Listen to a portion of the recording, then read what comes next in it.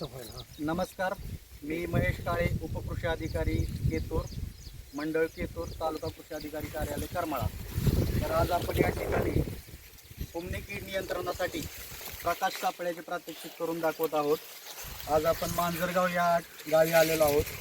तर इथं वळवाचा जेव्हा पहिला पाऊस पडतो त्यावेळेस फुमणीचे जे किडे असतात ते हे आता पाठीमागे झाड दिसतंय, लिंबाच्या झाडाखाली किंवा लिंबाच्या झाडावरती संध्याकाळी 6-7च्या दरम्यान ते जमा होत असतात आणि त्यानंतर त्यांचं मिलन झाल्यानंतर ते जमिनीत जाऊन त्यांची जी मादी आहे ती अंडी घालते आणि त्यातून फुमणीचा प्रादुर्भाव होत असतो.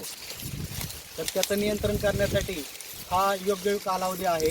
तर याच्यामध्ये आपण आता जे प्रकाश सापळा तयार करतो याला आपण खड्डा केलेला आहे अशा प्रकारे आणि पिवळा कागद त्याच्यामध्ये अंतरलेला आहे आणि याच्यामध्ये एक टोपण आपण कीटकनाशक किंवा ऑइलचा वापर करणार आहोत आणि हा बल्ब इथे लावलेला आहे.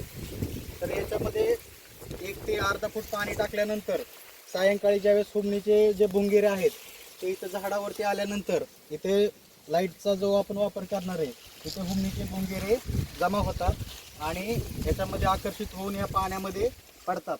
याच्यामध्ये कीटकनाशक किंवा ऑइलचा वापर केल्यामुळे याच्यामध्ये पडून ते मरतात आणि याच्यामध्ये फुमणीचे भुंगेरे मेल्यामुळं त्याची जी पुढे उत्पत्ती होणार आहे आणि अळ्यांची निर्मिती होऊन जो प्रादुर्भाव होणार आहे तो कमी होण्यास किंवा पूर्णतः थांबण्यास मदत होणार आहे.